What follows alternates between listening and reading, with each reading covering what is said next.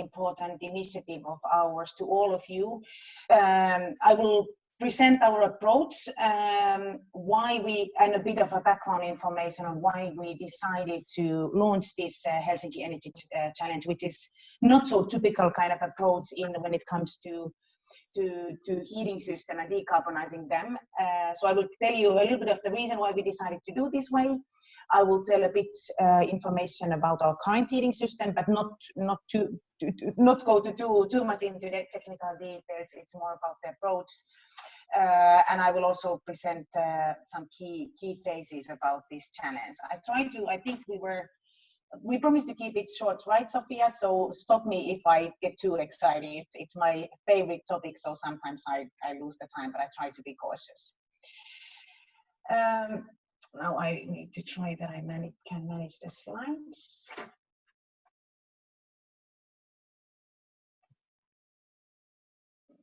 Yes. First of all, a little bit of background information. The city of Helsinki has set the goal to be carbon neutral by 2035. We have the same goal as what the Finnish government has set for the whole country. The whole country wants to be carbon neutral by 2035. And I dare to say that the goal that the Finnish government has set, it's of course a lot relying on the work that we do in the capital region, because when it comes to, for example, to district heating, it's about 20% of the district heat that is produced in Helsinki. So we play a big role, of course, in the overall goal of the country. Currently, the emissions that happens within the city borders in Helsinki, they are mostly originating from heating the city. So 57% of the emissions originate from heating our buildings. And why is that? Well, it's of course due to the fact that we still rely a lot on fossil fuels. Something that we are not very proud of, but something that we are very committed to get rid of. Not only we want to be carbon neutral, but we are also forced to stop using coal, as the Finnish government has set the new legislation that the coal in energy production is going to be forbidden as of 2029. That new regulation or new law put us in a little bit difficult position. We thought that we have time until 2035 if we follow our own carbon neutral Helsinki plan, but now we have a ticking timetable, more ticking timetable than we originally thought. But I always say that it's a positive enforcement. We do want to get rid of using coal, but now we are also forced to do that. So in a way, it's a positive enforcement. The coal is used mainly in the two combined heat and power plants, which one of them will be shut down permanently by 2024. And then the other one and the decision to shut that down was already made before the new legislation. And the other coal-fired plant needs to be shut down then by 2029, May 2029 precisely. We also have combined heat and power plants which are operating on natural gas.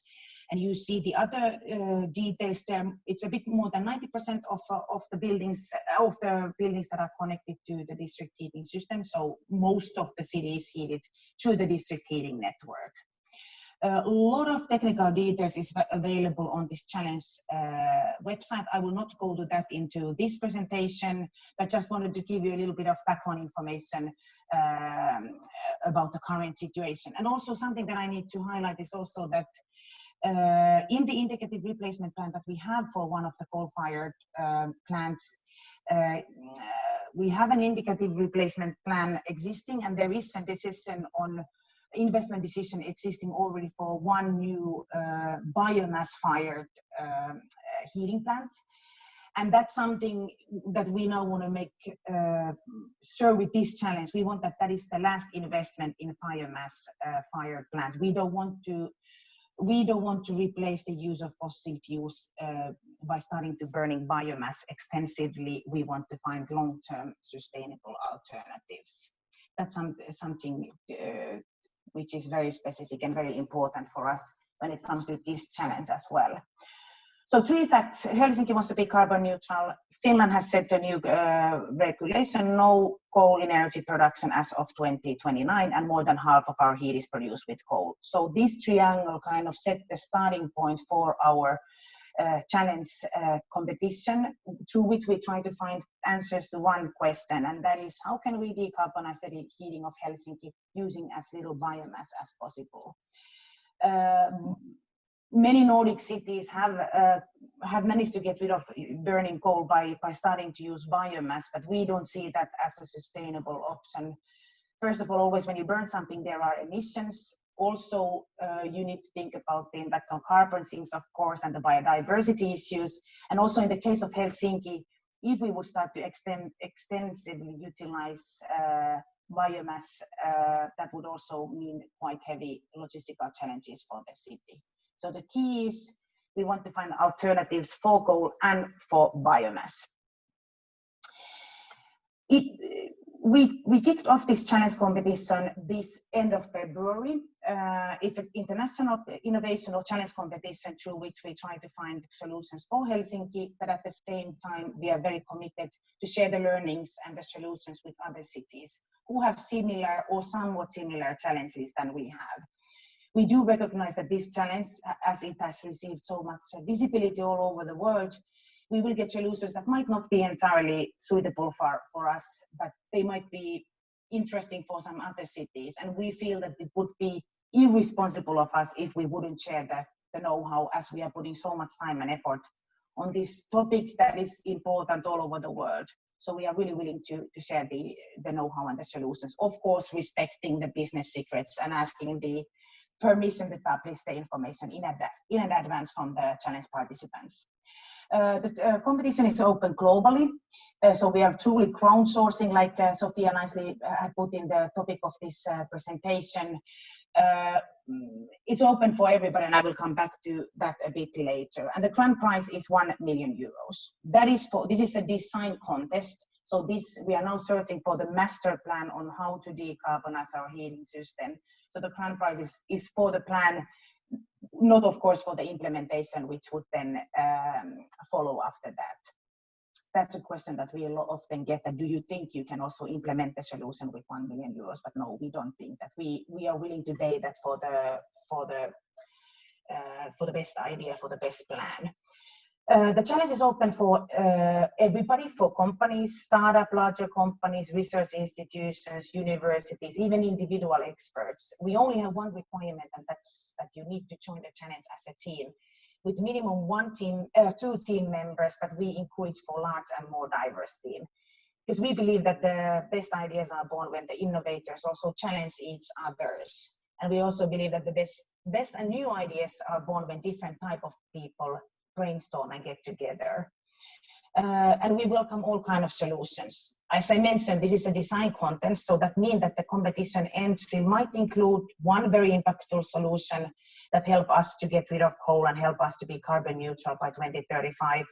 Or it could be a competition entry that includes several complementary solutions, not only technological solutions, but we also welcome non-technological solutions, such as innovative business models or innovative policies.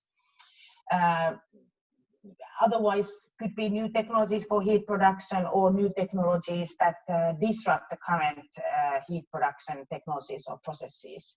So we truly are open for all kinds of solutions, also to those which request more system level change.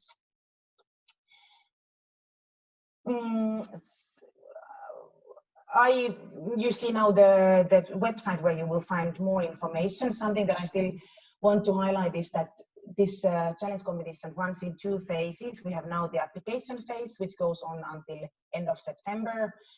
After that, we will go through all the applications and will select using the evaluation criteria that we have set.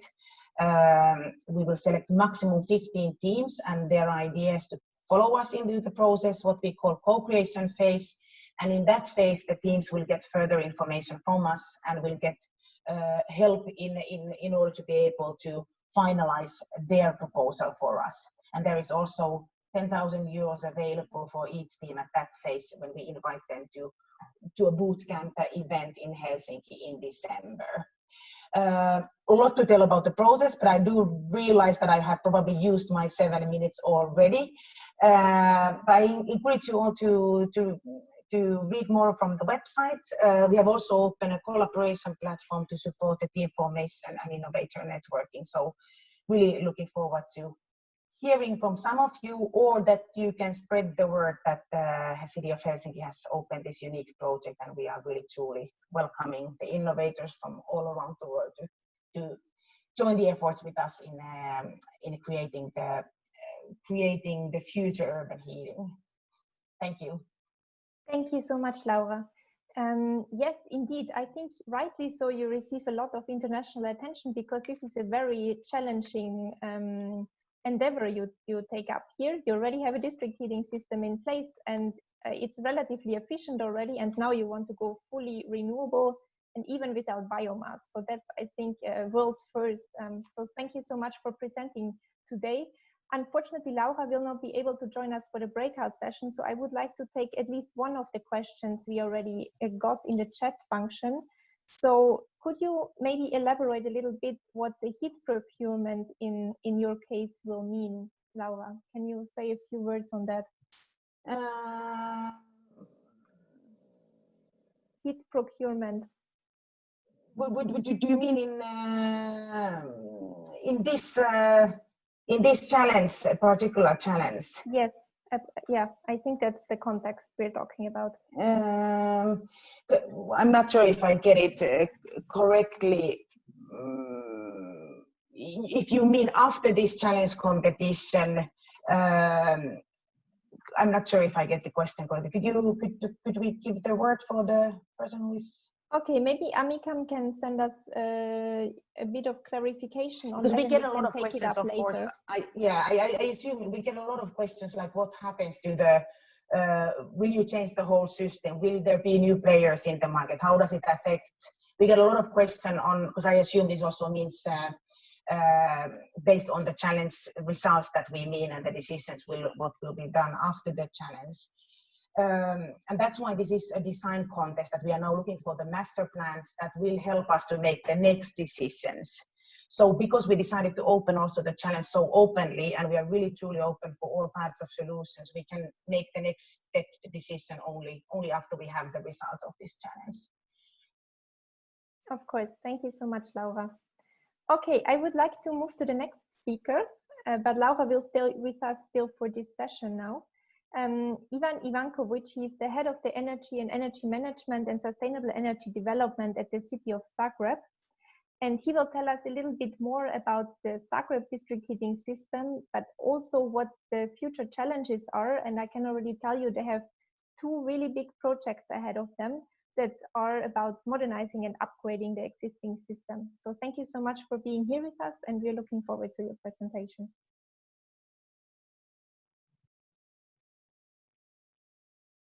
Ivan, I think you're still muted.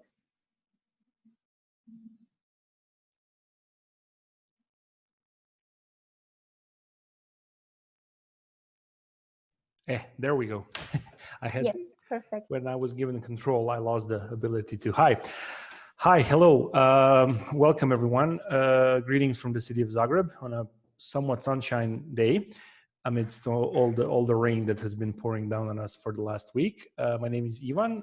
I come from the city of Zagreb, the capital of Croatia, and this is basically a brief outline of the two major projects that we are currently seeing happening in the city, based related, one strictly related to the district heating system modernization, and the other one also co-related to the district heating, which is the modernization of the one of the two power plants within the city. So my idea is basically to just go over the both projects here at this stage, and then in the breakout session maybe give you some additional insights into the actual process. So just a brief glance, the city of Zagreb is the capital of Croatia. We are currently, based on latest projections from 2017, crossed the 800,000 population threshold, and you can see some interesting numbers here. We are a big continental tourist destination for the last couple of years. So here's hoping that the COVID crisis will not so much significantly dampened that spirit of tourism in Zagreb. And this is the layout of the city of Zagreb with the Medvednica mountain right around here and the city center centered here. So a brief overview of our energy policy. It's been basically in effect since March 2018, when the city of 2008, when the city joined the Covenant of Mayors, the first version of it, the energy efficiency only. We have a legal mandate in the whole of Republic of Croatia to produce energy efficiency plans every year, and energy efficiency action plans, which are sort of a bigger version of those every 3 years. But of course, in our day-to-day work, basically, and structured large-scale planning, we are working through the Covenant of Mayors framework with the year 2008 as our baseline, and are currently in effect the Croatia's first sustainable energy and climate action plan here in Zagreb, which aims to basically reduce the CO2 emissions by 40% by 2030. Of course, the highlight there being that we are, of course, watching the EU climate law develop, and we are starting serious preparations for the Zagreb carbon neutral vision at the latest by 2050, hopefully earlier. The big change since we adopted our SECAP basically a year ago, almost to the day, is that Croatia enacted its own law on climate change and ozone layer protection, which also significantly expands and hopefully helps cities such as Zagreb to prepare their actions. So a brief overview of the district heating system in the city of Zagreb. It's provided by the company HEP District Heating, HEP Toplinarstvo. It is part of the HEP group, the state-owned electricity company. And it is by far the largest provider of thermal energy in Croatia, as you can see on the graph. So we have two sources of heat energy, two power plants on the western and eastern part of the city. Our total network is around 240 kilometers, built mostly until 1990, around 100,000 end users, close to 5,000 businesses, and close to 3,000 substations. So it is not the largest network, of course, in this region, but it is pretty significant, and it is our, as we like to call, infrastructure crown jewel that has been maybe not given so much attention that we now want to correct. So what is the core issue here? Age. City of Zagreb's district heating network is approximately, very old. The average pipe age is, I think, over 40 years, 40 to 41 years. So the problem is severe corrosion and pipe decay, which results, of course, in the ruptures of the district heating pipes. And there are significant heat losses in the network, and of course, because of all the water refilling and heat replacement, basically, we have serious inefficiencies in the system that we want to correct. Luckily, this was recognized on time, and basically around 2012, 2013, when the EU co-funding period for 2014-2020 was prepared, the city, along with the HEP group and various ministries, designed and developed basically a tailor-made major project to revitalize this district heating network. So we are talking about basically rebuilding 68.5 kilometers of the most critical part of the network with major EU co-funding. A brief financial overview here is that the total project value is close to 100 million euros, with the eligible costs being around 73 million euros. And like I said, a large part of EU co-funded, secured by the city of Zagreb through the integrated territorial investments mechanism of 56 million euros directly to the project beneficiary HEP.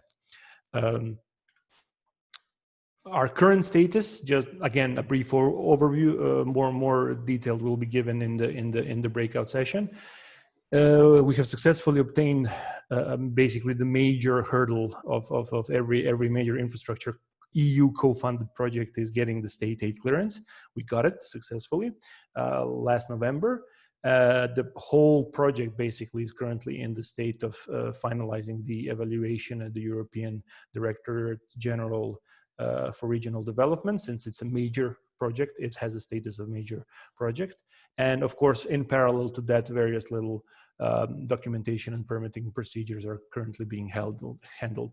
The list of stakeholders is large, many different levels, both private, both government, EU, JASPERS, EIB, various recognizable names in this industry that have worked together for over 4 years in order to prepare this project. So this is one probably the largest infrastructure project that Zagreb will have, apart from the earthquake recovery work that will also soon start, is basically in the period 2020-2023. Parallel to that, this project of power plant modernization is not an EU grant co-funded project. It is, of course, by the way, a project that is composed of EIB financing with the European Commission guarantee through the Juncker Fund, and a loan from the European Bank for Reconstruction and Development. So this is one of the largest projects that the HEP group in Croatia is currently doing.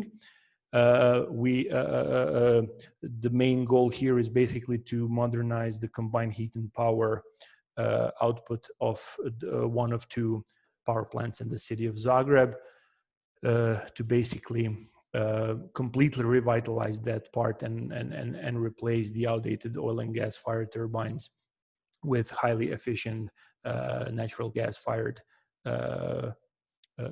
energy sources. As you can see, the CO2 emissions here will be drastically lowered, and of course a significant reduction of other particulate matters, NOx and SO2 parts of the negative effects of the power plant will be handled by that. So this is one big project currently going in parallel, because this power plant, of course, its thermal energy is being then used in the district heating system, which is also going through a revitalization. So we look at it basically as two parts that combine the whole.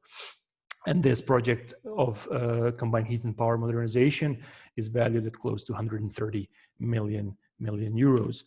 And here is the model of the future. So all of this is one of the two power plants here in Zagreb, and this is a representation of the current investment being done here in Zagreb. So again, this is it for the overview. Looking forward to discussing more in the breakout sessions. Thank you. Thank you so much, Ivan. And also, this is a really impressive projects that you have ahead of you, namely very relevant for a lot of cities in the region that have similar, challenges ahead of them if they want to take the heat transition seriously. So thank you so much. There is one clarification question that we can take up immediately, namely, what is the temperature you're going to use in the system? Can you quickly elaborate on that? I don't know it by heart. I will have it ready for the breakout session. So perfect. Thank you. So whoever is WD, you can just join the breakout session later on, and the question will be answered. Now I see that Polios already has joined me. Welcome also from you here to the webinar. So Polios Martinkus is the Chief Strategy and Business Development Officer of the district heating company of the city of Vilnius. And he will explain a little bit what the plans of Vilnius are. As you might know, also this region is famous for having quite a lot of district heating networks already in place, and they're looking to make them future-proof now. So please, Polios, the floor is yours. Okay, thank you. So briefly about Vilnius before going to the future. So let's see where we are today. So we have 200,000 customers connected to our grid. We have slightly less than 600 employees working for our company. The total capacity that as we are operating the grid as well as the power plants. So we have a total heat capacity of 1.7 gigawatts. Last year, the total demand in the city was 2.7 terawatt hour supplied to the customers. We have 7,200 buildings connected to the network. The total length of the network is 741 kilometers, and this is an interesting point, as basically in Lithuania we have invested quite a lot into the biomass, and last year we generated 54% from the biomass, and waste to energy and another biomass CHP is being in the building phase, and it should be launched next year. So we'll be able to reach 90% from biomass and waste to energy. So it's we don't use any coal. The rest is generated from the gas.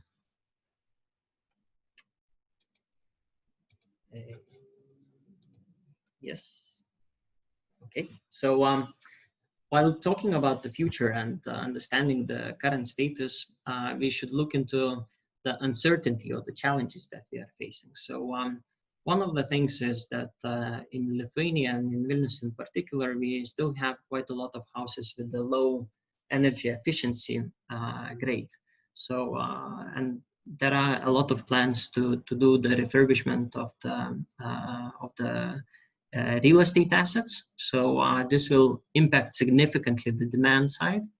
Also, we should bear in mind the climate change challenges and restrictions, as well as new goals for CO2 compliance and other climate change issues. Then we should also bear in mind the competition from heat pumps mostly. Then there are various disruptive technologies that are coming into the play. Combination of solar and heat pumps, also kind of decentralizing the system. So there are a lot of action happening. And last but not least is how to develop the proper skill set to deal with this uncertainty in the future. What we are doing in Vilnius, or where we see our key priorities, the first thing is the low temperature district heating. I will tell a bit more in the next slide about this, but we have already started some parts of the network to shift to the low temperature district heating. Another thing is the waste heat that comes from the shopping malls, from the sports clubs, and other facilities that could kind of feed in the excessive heat into the grid. Definitely renewable energy sources, and not only the biomass but also solar that we are also looking into. Centralized cooling. We don't have centralized cooling in Vilnius yet, but we consider this as a promising field. And actually in the national strategy, energy strategy, it's also put an emphasis that there should be kind of expansion to the centralized cooling. And definitely smart technologies. So a lot of data analysis, big data, opening up the data for the business as well to propose various solutions and to employ new technologies. So we have already 80% of our meters are remotely, we are able to track them remotely, but we are considering to shift to new technologies which will allow us to see more and to be more efficient in the metering side. Then very shortly about low temperature district heating network. So in Vilnius, we have identified three areas. One area is outside or basically at the vicinity of the city. And two other places are kind of in the city. One location is basically conversion from industry zone, and the other one is conversion from private houses to the multi-story buildings. When talking about low temperature district heating, we plan to keep 65 degrees supply and 40 degrees return temperature. Estimated demand in those three areas is roughly 64 megawatts. We plan to use the mixing units to connect. So basically, the low temperature district network will be connected to the main network, and there will be mixing units which will reach the necessary temperature for those low temperature networks. So this is kind of easier to manage to our mind. And definitely this creates a lot of opportunities in the future for collection of the waste heat, as well as to integrate the renewable energy sources.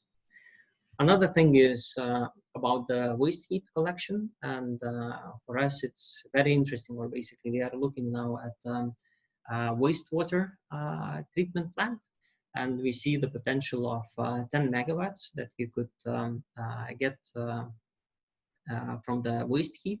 So basically there is 14, 15 degrees water that is being poured after cleaning processes is being led to the river. We plan to take this water and take 4 degrees with the absorption pump and to kind of power the absorption pump with the biomass CHP that we plan to build together. And then, yeah, we should be able to collect 10 megawatts of waste power in this case.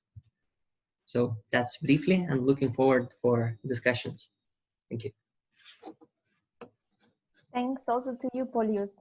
Very interesting and very diverse projects you have ahead of you.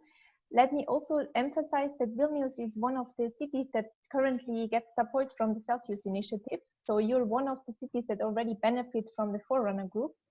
And if I may ask, can you just explain a little bit what you're expecting out of this support that you will receive and what the future actions will be? Yeah, exactly. We joined the kind of those working groups as we see the benefit of kind of transparency and opening up, showing our projects to others, and getting the feedback on the possible alternatives, or maybe somebody already tried one way or another, and maybe they can share, or other cities could share their experiences in the field. So so on that side, it's very good, kind of not only to participate in the conferences and listen to various interesting cases from other cities, but it's very good, this Celsius initiative, that it's possible to have interactive discussions and to have specialists who can advise in one way or another, or to shape your future. Great, thanks so much. Polius will also join us for the breakout session. So if you have questions, and I see there are questions already again in the chat, please also address them during the breakout session.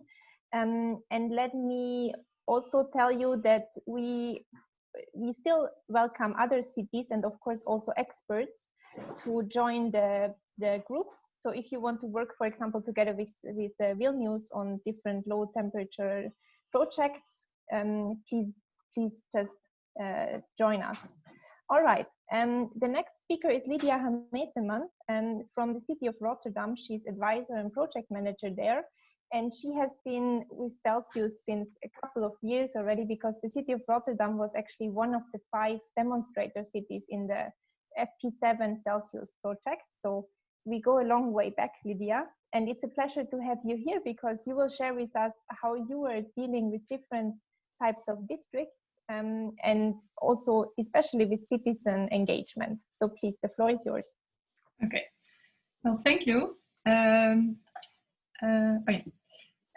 everyone, I'm happy to join you in this webinar. I work for the city of Rotterdam as a project manager and strategic advisor for district heating in the built environment. I will show you our approach to have a fossil-free energy system in 2050. Well, this is our goal. Fossil-free energy supply in 2050, and it must be clean, safe, reliable, and affordable for everyone. First, I will show you our strategy. What kind of alternatives do we have for the natural gas? We have a lot of natural gas in our city. And with what kind of solution we are going to phase out the natural gas, and how we select districts to start with. And finally, I will show you an approach in the district and how to engage the end user.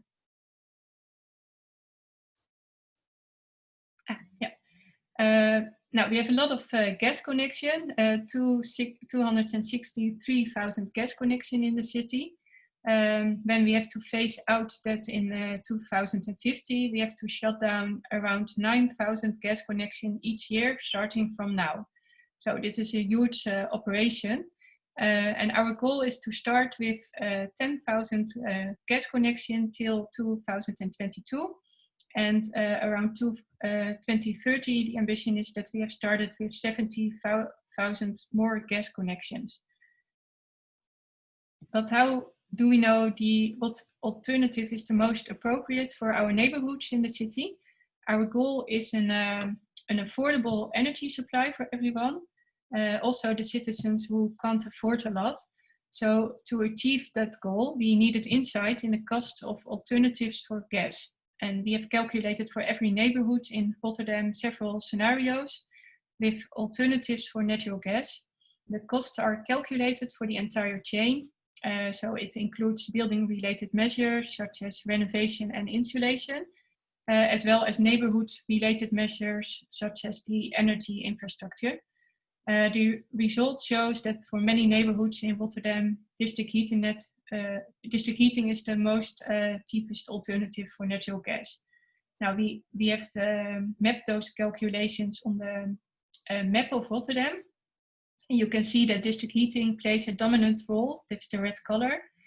But for the electric solution, there's still a lot of innovation possible, which can reduce the costs. So in this map, we compared both solutions, the district heating and the all-electric solution. The all-electric is blue and the district heating is red. And the intensity of the color determines how big the difference between those two solutions is. The darker the color, the bigger the difference. So in the dark red colors, in the dark red color areas, the difference between the all-electric solution and the district heating solution is more than 75%.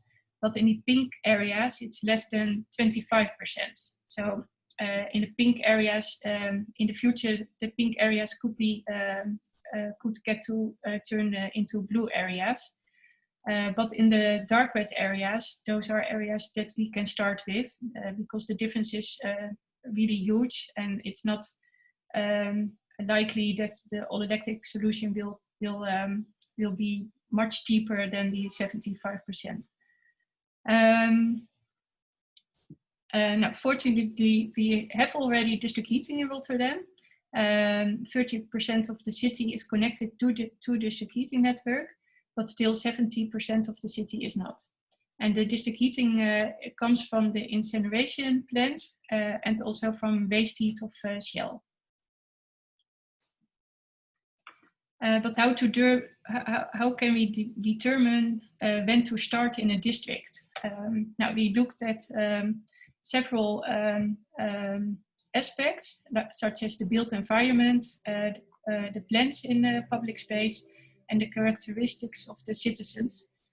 In the built environment, you have a lot of type of buildings, and they differ from their demand of energy and heat.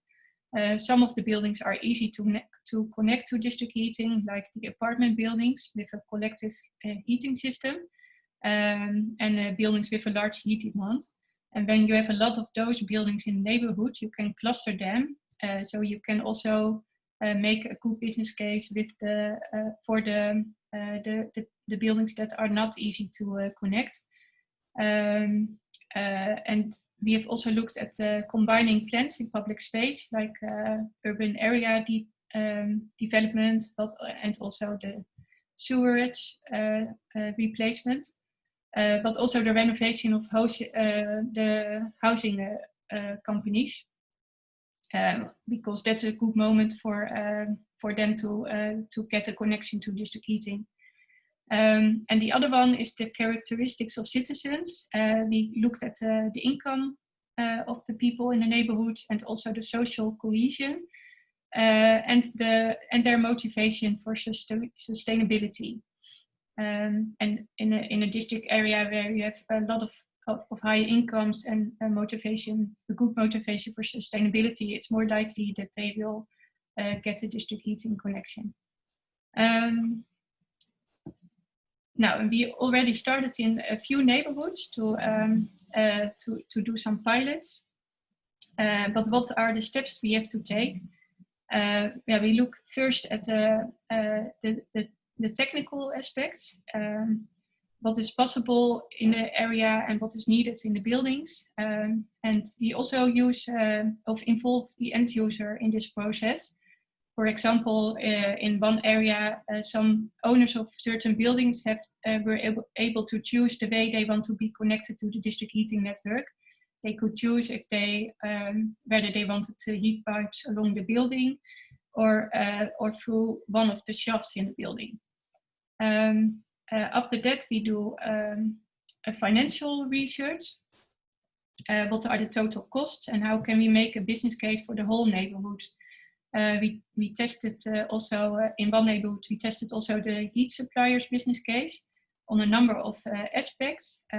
So example for what kind of return on investment they make and which costs they charge in the business case. And together we have determined what is reasonable and how can we explain to the end user that it's not a business case where a lot of profits is made by the district heating company. And also another important step is the social one. It's really important to understand the end user. So we ask the homeowners in the neighborhood, how do they like their neighborhood and what do they want, what kind of barriers do they have to have a district heating connection. And here we make use of social marketing techniques. And social marketing combines the marketing techniques with behavioral psychology. And that makes then you can understand the end user a little bit better, but also use some techniques to do the end user to get a behavioral change by the end user. Now we have in one district area we have made a communication strategy based on the investigation of the social marketing, and the informed choice. The end user has to central to the communication strategy is that the end user has to make an informed choice decision. It's a lot of information they need to make that decision if they want to have a district heating connection or they want to choose another alternative for natural gas. So we did a lot we made a selection chart that shows all the choices the homeowner has to choose an alternative for the natural gas. And we also spoke to almost everyone in the neighborhood to explain what kind of choices they have and what kind of financial implication it also had on the homeowner. And also we look at the opportunities, how to add value to the transition to district heating. So we combine it with other plans in the public space, like the sewers replacement. So and also look at value, like taking adaptation measures with more playing opportunities. Now, in one neighborhood, we did all that, and we have now some results of that, of our approach. Well, in this neighborhood, the homeowners in this neighborhood, they had several options. One of the options was to get a district heating connection. Well, they could choose if they wanted to have that in 2021 or in 2027. They have 2 moments of to connect to the district heating. But they also can choose to look at another alternative for natural gas. In this district, the ambition was to phase out the natural gas in 2027. And about 60% now will join the first round. And one of the housing corporation in the neighborhood will join in 2027. That's almost 30% of the neighborhood. So the other 10%, some of them, they really don't want to connect to district heating. They are looking to another solution for the natural gas. And some are waiting for the next moment because they don't know if they are still living there for in 2027, and perhaps they are moving within a few years. So they didn't want to make that choice. Well, that's in a nutshell our approach. So I hope you will join me in the breakout room for the discussion. Thank you so much, Lydia. Indeed, very interesting approach. Thank you so much for sharing with us and also giving us an update on how it actually looks, if people are connecting or not, if your projects are working, as we are already following you for quite a while. And I see that there's already a lot of discussion going on in the chat, so I'm very pleased with that. You can, take all of this, of course, to the breakout session afterwards. So I would like to invite you to stay with us also for that part. And now I would like to invite John O'Shea to share with us what Ireland is doing. We have heard of course, some countries now that have a lot of district heating history already. We just heard from Rotterdam that is also working for years, whereas in Ireland we see a very different picture. And I'm very pleased that John will still share with us two interesting projects that are currently underway in Dublin. So welcome, and please, the floor is yours. Thanks, Sophia. As I said earlier, my name is John O'Shea. I'm the Energy Systems Analyst with Codema, who's the energy agency for Dublin. And I guess our main focus is supporting the local authorities in Dublin in achieving their climate targets.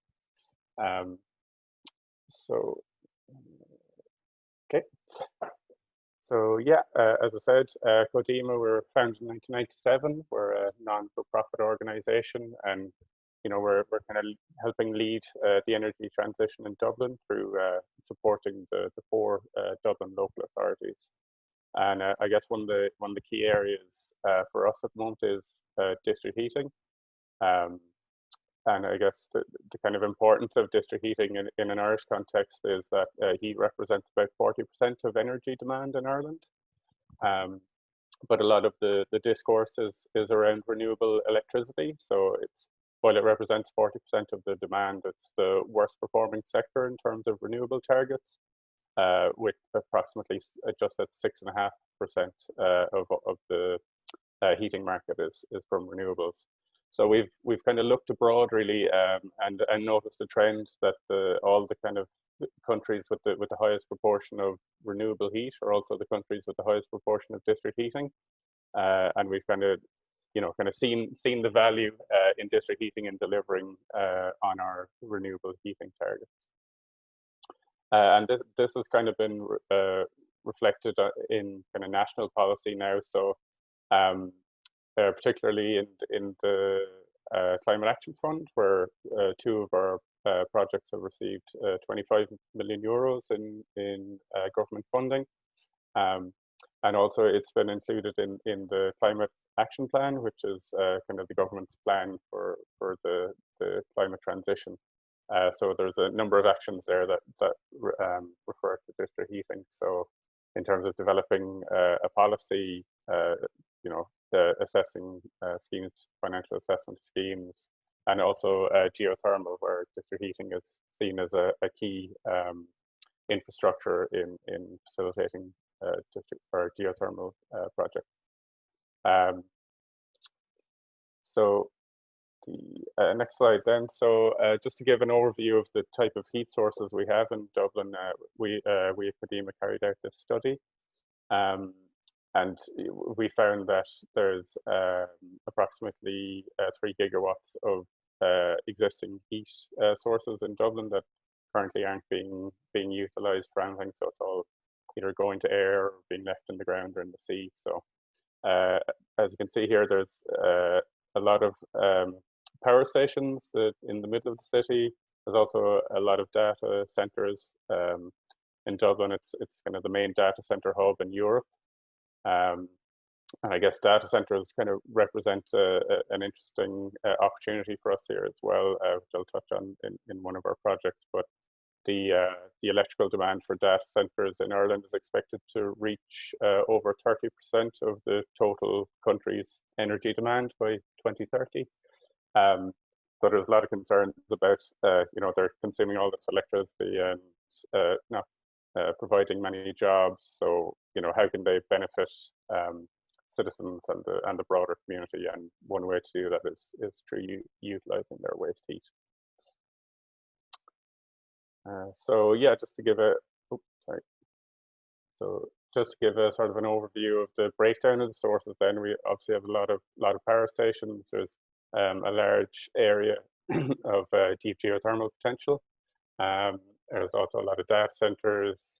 We're obviously a coastal region, so there's the potential with seawater, wastewater treatment works. So we kind of have a broad range of options in terms of existing heat sources. And then just to give an idea of where we kind of support the local authorities then, Academia.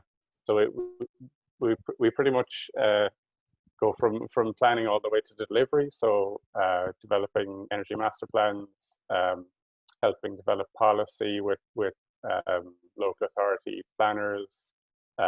We've fed into the National Steering Group on district heating. We've worked on developing transition roadmaps for certain local authorities. And then all the kind of techno-economic business model kind of stuff.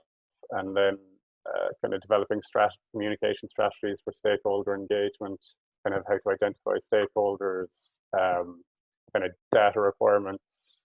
And then on the procurement side, we've acted as technical advisors during procurement to help develop procurement strategy, and also help evaluate final bids then, and with the overall view of getting pipes in the ground and projects delivered.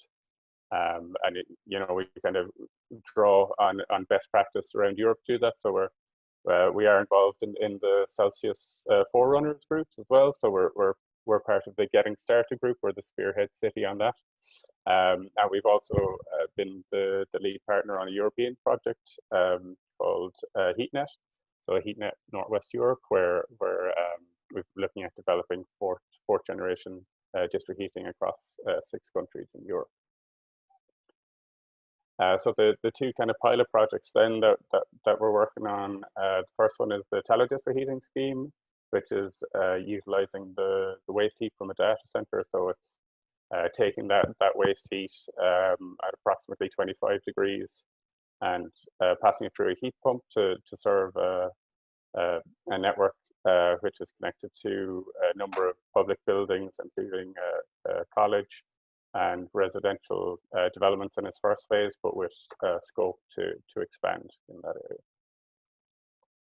And the second project then is the Dublin district heating scheme. So this is taking the waste heat from the waste to energy plant, which is pretty right in the center of Dublin. So we're going to be taking the waste heat off the condensers there, and using that to heat buildings in the center of the city. And then I guess just finally, I suppose to round up, I suppose Dublin are kind of looking to take advantage of all the benefits that district heating brings. So I guess in the case of the more heat pump driven projects, its ability to balance the electricity grid, and it's a cheap form of energy storage. And then, you know, in the industrial side, you know, increasing plant efficiencies, you know, reducing cooling loads on industrial sites, providing low carbon, you know, with clean heat to customers, you know, kind of stimulating a kind of local industry in district heating, and, you know, kind of reducing Ireland's reliance on imported fossil fuels, and, you know, increasing customer safety as well, you know, with having no on-site combustion in buildings or risks of gas leaks or anything like that. Yeah, so I guess that's it from me, and if there are any further questions, I'll be happy to answer them in the breakout session, or indeed if you would like to join the Celsius Forerunners group, that'd be great as well. And also I can provide a link to the HeatNet platform, which is the website for the previous project that we ran on developing the 4th generation district heating. Yeah, so that's it for me. Thanks. Excellent. Thanks so much, John. Very inspiring projects you also shared with us. So I'm looking at the time. Unfortunately, we ran out of time already, but it's because we had so many interesting questions already in between, and the presentations also took a little bit longer. So thanks a lot for all staying with us. I would like to invite all speakers that are still here to switch on their cameras quickly, because we will now present the next session. So you can now breathe a little bit. We will do a 10-minute break, but we will have 4 cities that you can choose basically from. So we will do 4 separate rooms, and you can directly talk to the cities, which basically facilitates a little bit the discussion. So you can choose between Zagreb, Vilnius, Rotterdam, and Dublin. If you have already made a selection, please type it in the chat, and you will be then assigned to this respective room after the break. If you're not choosing anything, you will just be random. Okay, so yeah, you can record again. Welcome back. I hope you enjoyed the breakout sessions.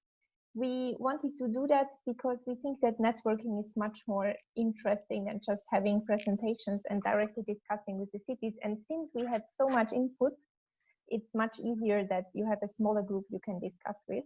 So for the ones that already turned on the camera, that's great. You can leave it on now for this short wrap-up session, and I invite everyone to also share their camera again. What I would like to do now is to have a short insight on what happened in your breakout sessions. So let's hear maybe from the first city, which would be Zagreb. And Gabriela, could you just share with us very short some highlights of what was discussed?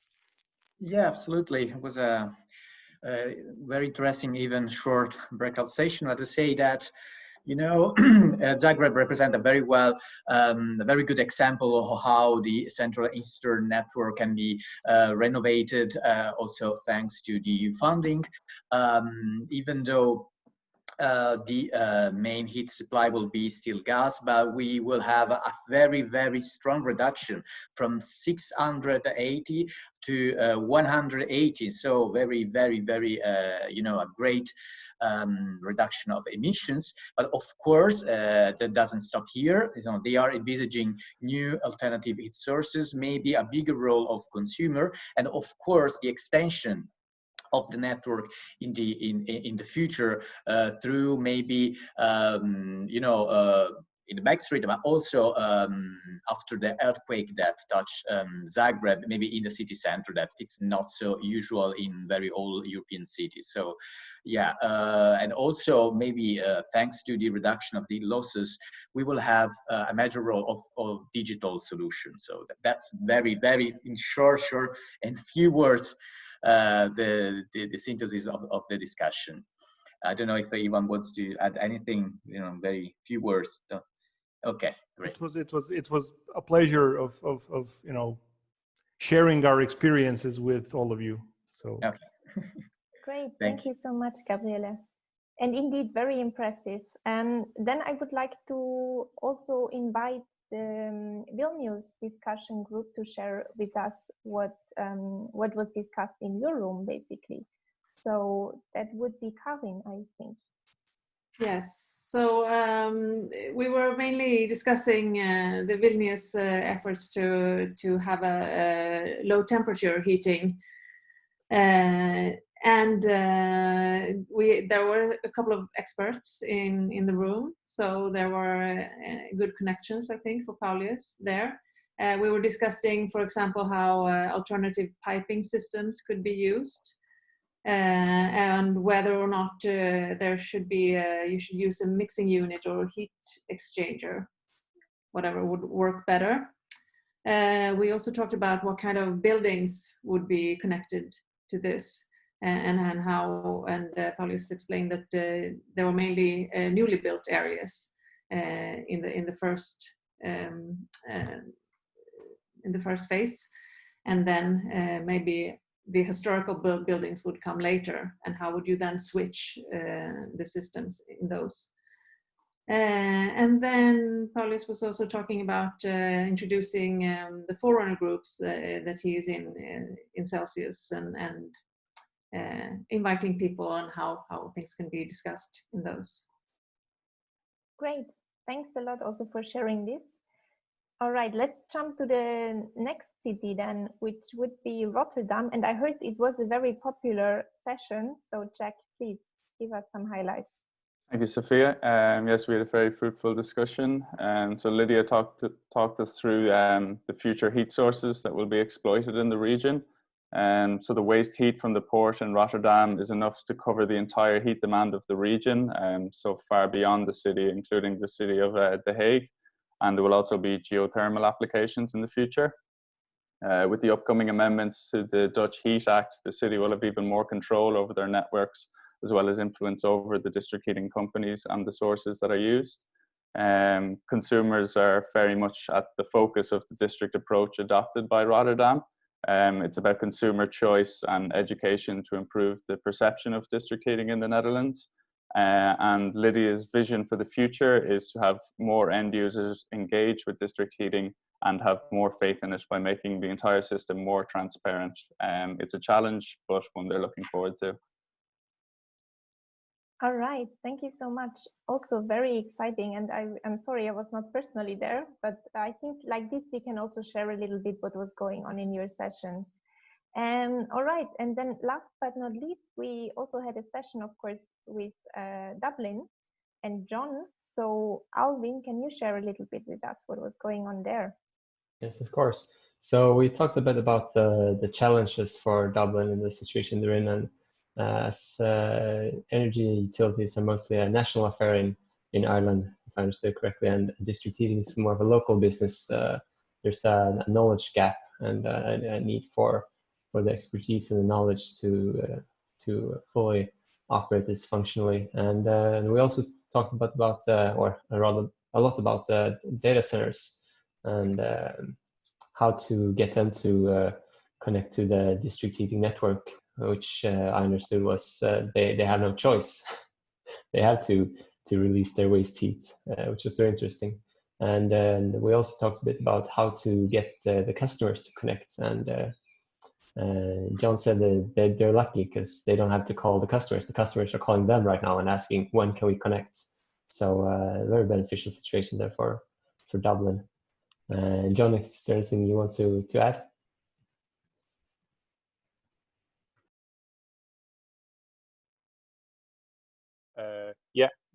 Just on the data center side, I guess that it's only the new data centers have to provide their heat, not the existing ones. Just to clarify. Yeah. Thanks, Alan.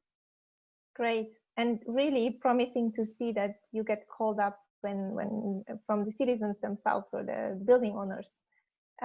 Okay, so we still have 5 short minutes left, which will basically just leave me to ask one last question to all of our panelists and then give you some short follow-up, basically what's going on in the future with Celsius, but also the Euroheat Power webinars. So let me address just one question to our 4 panelists that are still here. If you have one wish how you can get really, really fast closer to a 100% renewable and efficient heating system in your city, what would that be? And here I really want something you know, thinking big. It can be, for example, a lot of money that might help you, or it can also be just more citizen engagement or whatever. Just, you know, shoot whatever ideas you have. What can make a big difference and accelerate the heat transition for you quickly? Okay, for Zagreb, that would be full exploitation of its geothermal potential, because we are on top of a big geothermal field, which has pretty great qualities to be used as a renewable source for heat in the city. So that is not only a big dream, it's a realistic dream. It just needs a lot of political effort and various other boxes to fall in place to get that done. So here's hoping we can do it. Excellent. Thanks a lot, Ivan. I guess from my side, to my mind, it's it's not possible to do it from one company perspective. The key thing is to open up the infrastructure, so anyone with any ideas, or basically with any waste heat source, so that they could easily connect and feed in to the system. So on that side, it's very important to kind of be as open as possible for the kind of private participants also to provide their solutions. All right. Thank you. Thanks a lot. And another city who has a big wish?